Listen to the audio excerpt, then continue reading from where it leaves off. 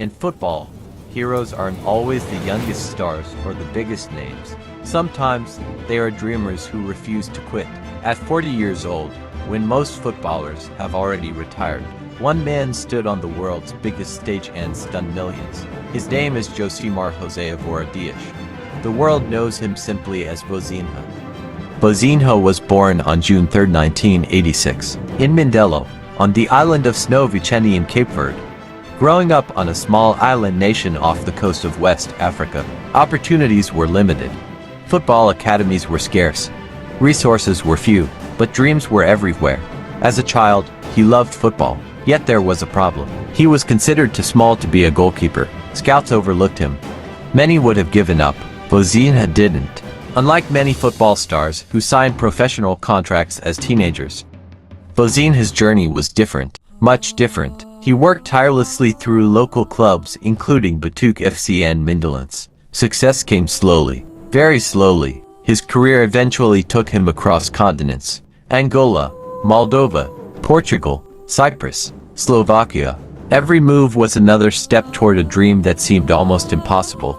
In 2012, Vozinha made his debut for the Cape Verde National Team. What followed was more than a decade of dedication.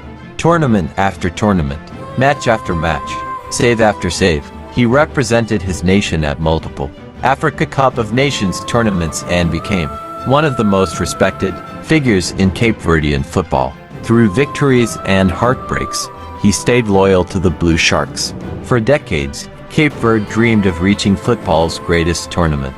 Then history happened. The nation qualified for its first ever FIFA World Cup, and standing in goal was the veteran who had spent his life chasing this moment.